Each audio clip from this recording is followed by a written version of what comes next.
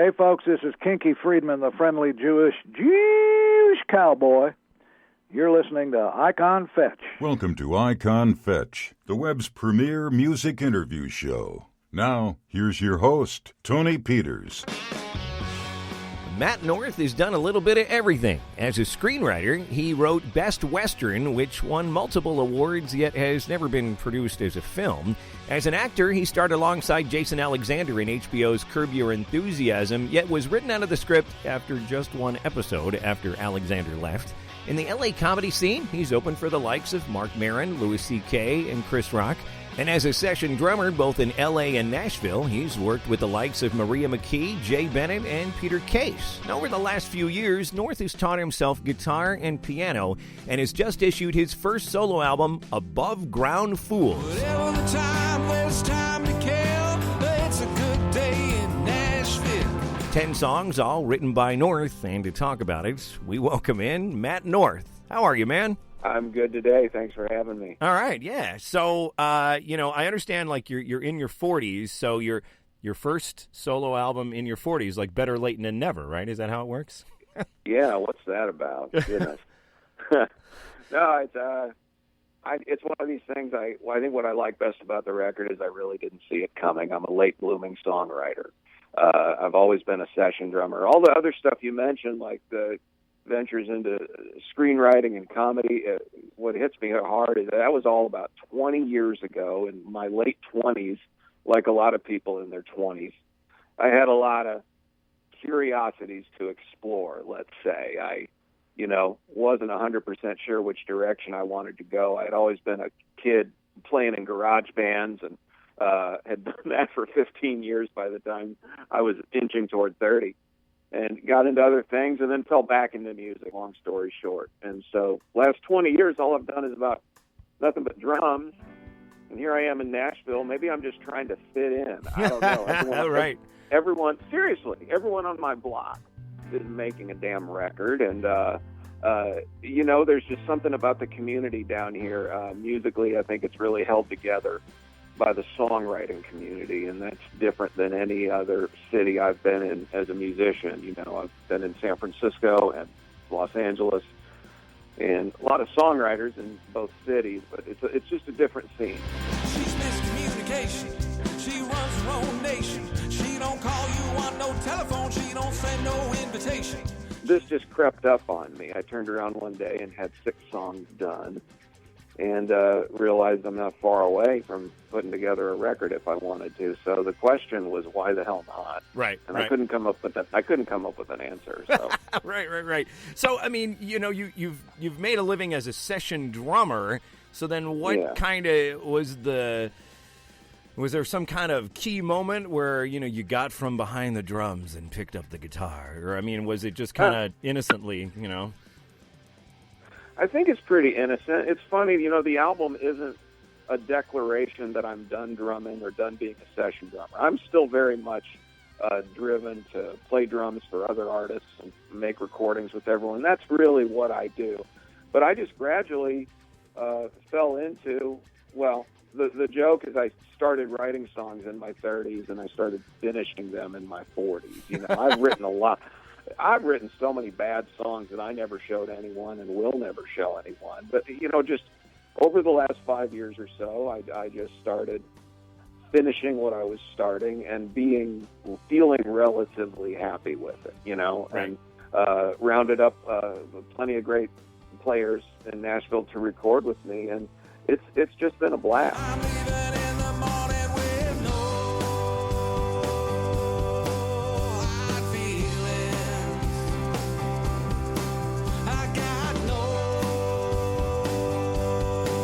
hard feelings. So, everything I do kind of comes from the mindset of a drummer. That definitely informs the way I write and the way the songs came together. You use what you have. Now, I noticed in the liner notes, it does mention recorded in my garage in Nashville. That's right. Now, so, that's not a recording studio called My Garage. That's your garage, right? That's my garage. Right. It's a 20-foot by 14-foot one-car garage that Yeah, it was fun to put it that way in the liner notes. But yeah, I've doctored it up sonically. It's acoustically treated, and it's just a great big cavernous room to record. And so, yeah, it's one of these things that if I stayed in Los Angeles and didn't move here, this never would have happened. Right. I would never, we would have had an apartment or a townhouse. Right. I could not function. Well, but when you are recording at home and you're producing it yourself, are you one of those people that has trouble knowing when to say when? Like, okay, I'm done. I got to walk away. I got to stop tinkering with this particular song. Are you pretty good at kind of, I don't know, self-regulating that kind of stuff? Because it can be hard. You have kind of free reign in your own studio, right? I mean, yeah, that's a great question. That's probably the hardest thing about recording. That's probably a benefit to the guys who say they don't have a studio and they're paying out $800 to $1,000 a day, and there's that pressure of, okay, we got to get this done today because we can't afford to come back tomorrow. Right. There's a real blessing to that. I totally get what you're saying. I've gotten a lot better at what you're talking about, knowing when, if it's too tempting, you can say, oh, maybe I should put a triangle on this. Right. Oh, how about a mandolin? Right. Yeah. Yeah. It's so fun. I mean, yeah, there's no one telling you to quit. Right. There's no one telling you what you can't do. And that's not always an advantage. But it just gets to a point where you really feel it in your gut that it's done. It's time to step away and the song's finished. But it takes time to get to that. You're absolutely right. Right. Now, you talked about the fact that you wrote a whole bunch of crappy songs. You're never going to play for anybody. What is there a song on the record that was the one you went, maybe was like a turning point where you're like, okay, maybe we've got something here? Yeah.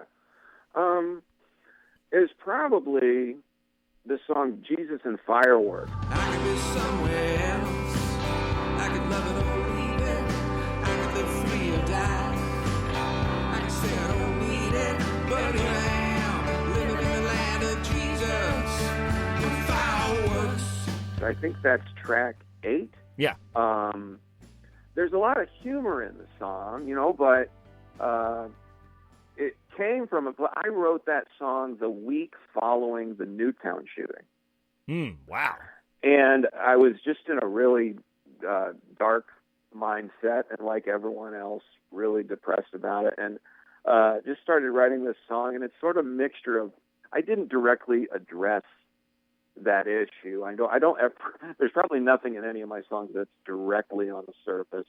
I don't like to preach, and I don't like to kind of reveal a Dear Diary reading. Right. But yeah, I finished that song, and I realized, I wrote this from a mindset of having that on my mind. And also, I was at that time, we were 1 or 2 years new to Nashville, and I was just this fish out of water, looking around at the environment about me, just a Californian relocated to the South. I'd never lived in Tennessee or Nashville before.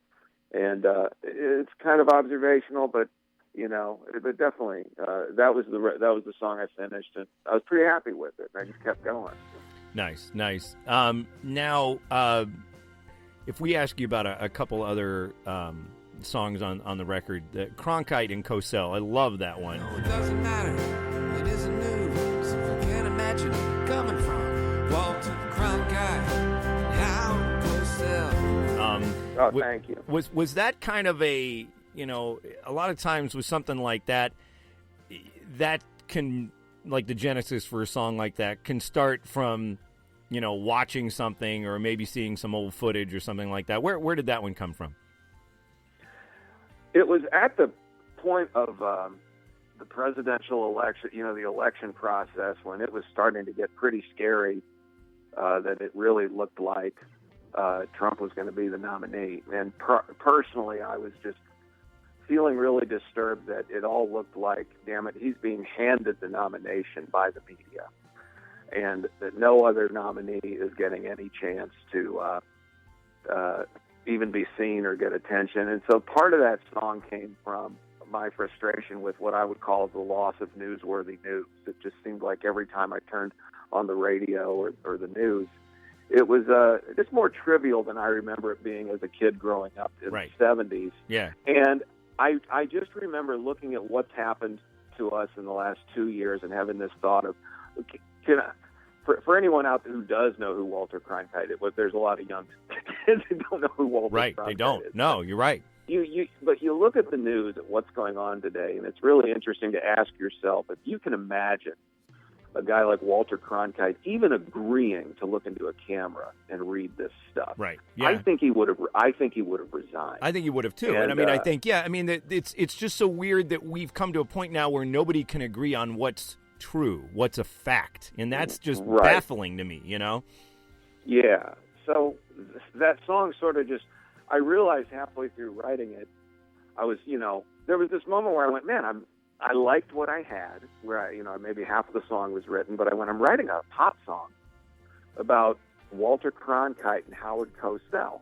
Who's going to listen to that? And then the voice in the back of my head that's smarter than all the other voices just said, that's exactly why you have to write the song. Nobody's writing a song about Walter Cronkite. Right. Nobody's writing a song that references, and it doesn't, So that's what makes it a little weird and different, and I'm probably most happy with that song more than anything on the record, because that's everyone who hears that song points it out and pretty much says that's probably one of their favorite songs on the record, and it's a thrill to me to hear it because I have this memory of almost chucking it in the trash and not feeling like I was going to be able to finish it or that it was going to be interesting. But with that theme of the loss of newsworthy news, it came together quite nice. Right. Nice. Now, the CD leads off with A Good Day in Nashville. Whatever the time, there's time to kill. It's a good day in Nashville. Now, is that kind of a, you're transplanted, you just said, from California and that kind of thing, and a little bit of a culture shock going to Nashville at first? It's exactly what that song is about, and I definitely went through a culture shock moving here. Not in too much of a panic kind of sense or whatever, but just, Southern California and Middle Tennessee are very different. And I wrote that song, not ripping, like with a lot of inspiration from, I'm a big fan of the songwriter, Carole King and Jerry Goffin, the songs they wrote together in the 60s, right? Mm-hmm. Okay, so the two of them wrote an epic song, another Pleasant Valley Sunday that the Monkees recorded. Right. And Pleasant Valley Sunday is this song about a guy from the city who's getting settled into the suburbs, and he's kind of freaking out, and he's looking around. And that whole song, if you listen to the lyrics, it's just this fish out of water theme of a guy who really is freaking out about his new environment and his surroundings. And I decided I was going to write my own personal Pleasant Valley Sunday, just with that kind of thinking in mind of being new to Nashville and looking around. That's exactly where that song came from. Nice. All right. And a couple more. Murder Shows is a very different kind of thing. You've got sort of a spoken word part of going on there. She filed for divorce on Valentine's Day. She says things will work out a whole lot better this way. I remember back when I never thought I'd say she filed for divorce on Valentine's Day. The spoken word stuff goes back. Dave Alvin, I like a lot of Dave Alvin stuff. He does a lot of spoken word. And, that. Did you have any inspiration for kind of modeling that song after something else?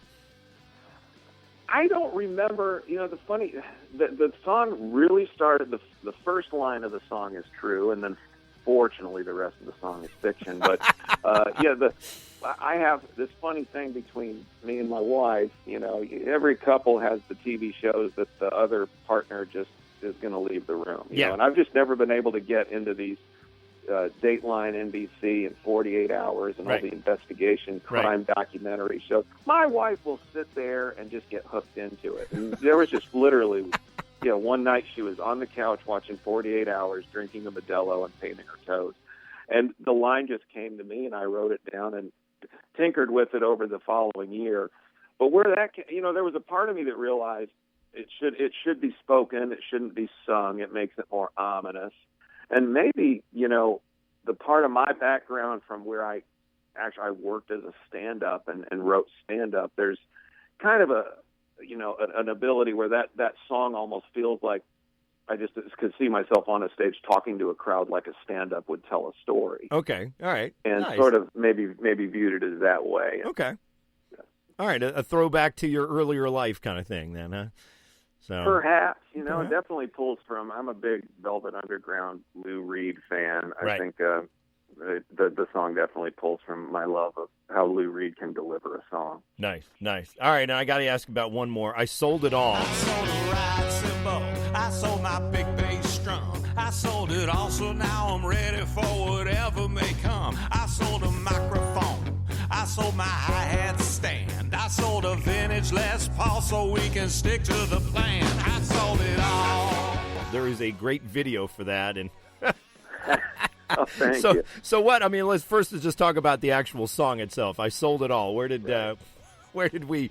As you bring in more equipment into the house, I don't know if the wife has any pushback. Right. Yeah. Well, that song was the fun memory about that song. Out of every song on the record, that's the song that it came together in like less than 2 days. And those are the songs that interestingly people tend to like those. And you look back and you go, "What do you mean? I hardly worked on it at all." Right. Yeah. And yet that's kind of the magic of it, because it happens so naturally. Those songs either come out terrible or they come out really fun. Right. But this one, I think it's the only one that's almost exactly autobiographical. It's a list of everything I've sold on Craigslist and eBay. I love it. And I keep it, the song came out fun, and it's got this great 1970s Ian Hunter kind of feel that I was going for. But it's a song about all the things you have to give up or sacrifice in order to keep moving forward. I mean, A lot of the things I'm listing that I sold, I sure as hell didn't want to sell them. Right. But still I'm going to keep, I like to, if I get it, I like to keep my middle finger up and my chin up at the same time. Right. I'm going to talk about anything that I'm sad about. Sure. So the video for this, and you can go to your website at mattnorth.net and check this out. I noticed it was done by Scott Sachs, and I've actually had Scott on the show. I would imagine it's the same guy. So that is the guy that's the songwriter as well, right? Yeah, he's a great songwriter, and I play drums for him a lot in town. We actually have a show next month at Nice. 5 Spot. Nice. Yeah, that's nice. So where did the idea for you've got the guy that's obviously been maybe on the other end of, you've put your stuff on Craigslist or on eBay or whatever, and so this guy has then opened it up in front of his wife, girlfriend, whatever, and the girlfriend's giving him all kinds of grief about it. Yeah. Okay. Well, it's really funny how it all came together. I mean, there's the line in the song that comes by twice. I sold my yellow Gretsch drums to some guy in Quebec. That's completely true. I had this gorgeous yellow Gretsch drum set, shipped it up to a guy up in the Montreal area, and it worked for the song.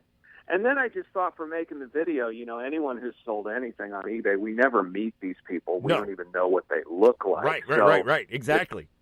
If I'm referencing that in the song, why don't I do a little epilogue comedy sketch where we see the guy who received the drums that I sold? And what's kind of beautiful about this is the actors who did the comedy sketch in the end, they're really Canadian. They're from Nice. They're Okay. from Montreal. It's Paul Greenberg and Jackie Harris Greenberg. I was pals with them when I lived in Los Angeles. We had done some shows together, like playing different characters, and they were doing sketch comedy. And so we have a history of performing together. And I just thought, I'm going to get some real deal Canadians and then put them in the video. And they totally got the joke. I mean, for when you've seen the video, and for anyone who does watch the video, I was just going for like 20 seconds at the end, actually. Right. And they did a number of takes improvising, and it was so funny. Scott Sachs and I were editing it, just going, you know what? It's YouTube. Who cares? Let's let them go for like 2.5 minutes. Right. Yeah. There's so many brilliant moments of her. Yeah. She leaves and then comes back, and then, it's beautiful. Yeah. I mean,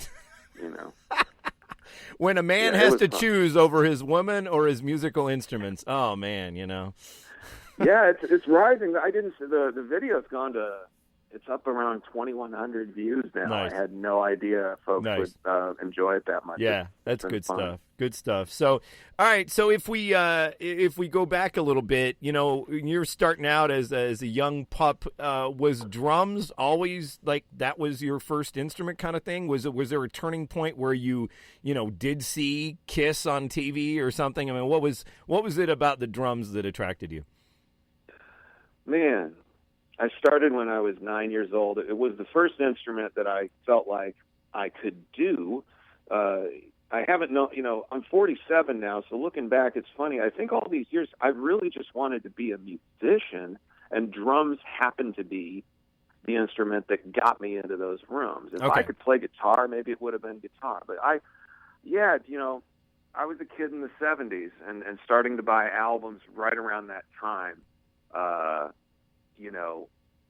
Absolutely, when Kiss was getting popular and it was going in that direction. And they were a fun band. I learned to drum jamming out to them and the Devo, I remember. Nice. And, the Who, and, but it was, I took to it pretty quickly. I had some great teachers growing up and got in bands pretty quick. I grew up in Champaign, Illinois.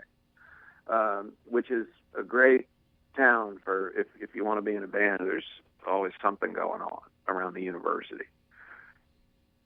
Nice. So if we flash forward a little bit, you became a part of the L.A. comedy scene when you're out there in Los Angeles. And what did that time out there?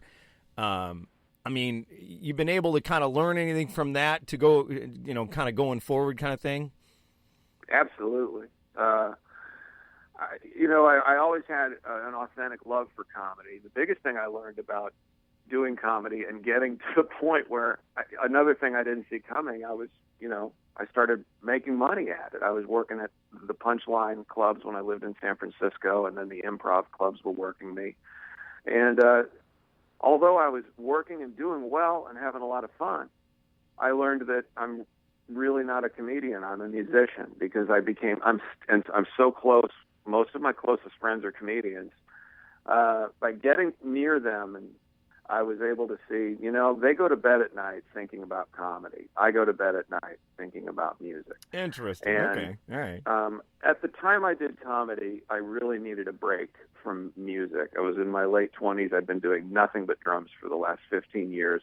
Long story short, I was burned out and didn't know, there's a lot of reasons to not pursue music anymore. So right. I was in that kind of mindset that every musician probably has a period of going through. And I thought, hey, I was hanging out at the comedy clubs.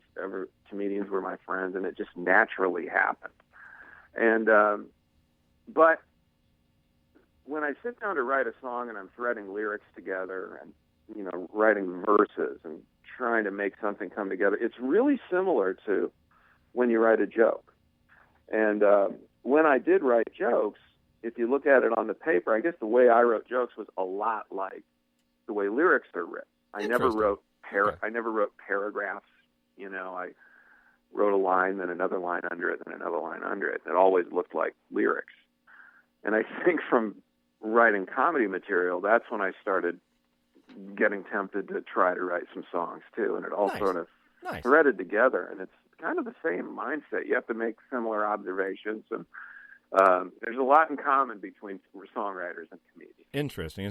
So nice. I want to touch on one more aspect of non-music stuff. I mean, so you're doing the stand-up thing, and then suddenly you get tabbed for Curb Your Enthusiasm. And you're playing like Jason Alexander's agent, but in another kind of weird sort of twist of fate, you sign a deal, and then Jason leaves. And so after, is it right? You filmed one episode, and then they wrote you out of the script. Is that right? Yeah, there's another thing that sucked. Right. Hey, how about we just talk about all the crappy parts of my life? No. I mean, but I think it's interesting because you've made it to. I mean, look, all that stuff has led you to here. That's the way you got to look at it. You know what I mean? It's like that is the way I look at it. I look at it as it's one of these things. at the time, sure, it wasn't fun, but now I look back at it as how it played a role in getting me where I am. And Right. It's really interesting. Yeah, it was this thing of, it was at the time before Curb Your Enthusiasm became what it became. It was the beginning of the second season. There was buzz about it around town, and everyone really liked it, but it was still in the beginning. And I got this job playing a William Morris agent for Jason Alexander. We shot the first episode. I was supposed to do like a total of 7 episodes that season. And sure, I'd be dishonest to say I don't often look back and think, man, if I shot those 7 episodes, my life could have gone in a very different direction based on the exposure Curb Your Enthusiasm ended up getting. Right. It might have ended up being taken into the 3rd season or the 4th season. Right. But the way show business works, it might not have. You know, so you never know. You never know. But yeah, I did that first episode, and I remember getting the phone call. I was putting my pants on to go to work, and they called and just told me the situation. And without him, they don't need Jason Alexander's agent. Right. So there it was. And this happens to a lot of actors, show business. I mean, the shows get rewritten and people quit, and they have to make last-minute adjustments. And it's funny, if you watch the second season, you'll see there we are in the first episode, and they're setting things up for this to continue. Right. That's how they had written it. And then the second episode, we're gone. Right. Yeah. And they replaced him with Julia Louis-Dreyfus. Right. Yeah. Yeah. But Larry David was a real sweetheart to work with. We don't call each other on our birthdays, but he has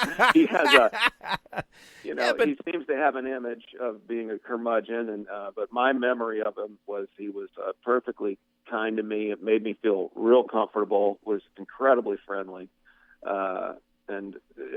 So the time I did work on the show, it was really a great experience. Nice, yeah. I mean, come on. You can say you worked on Curb Your Enthusiasm. How cool is that? I mean, come on. Even if it was 1 episode, it doesn't matter. It's still cool. So it's as cool as being Oliver on the Brady Bunch. Saying, hey man, I was Oliver on the Brady Bunch. Right. Oh my God. So buy my album. Right. So, all right. So, of the dates that you are playing and all that story, I imagine people can find out more. mattnorth.net is the website, right?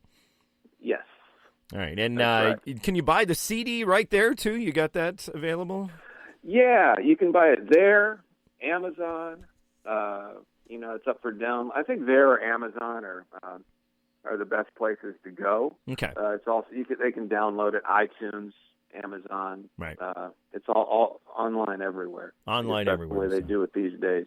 Right. Yep. That's the way it happens. So, well, hey, the new CD from Nat North is called Above Ground Fools, and we wish you good luck on it, man.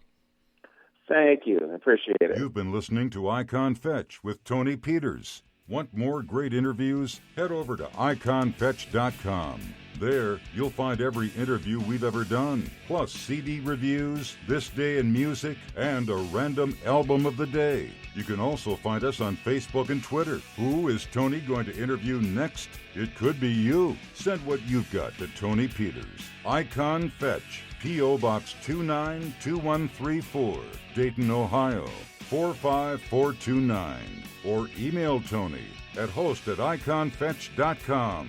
Until next time, this is Joe Kelly. Have a great day.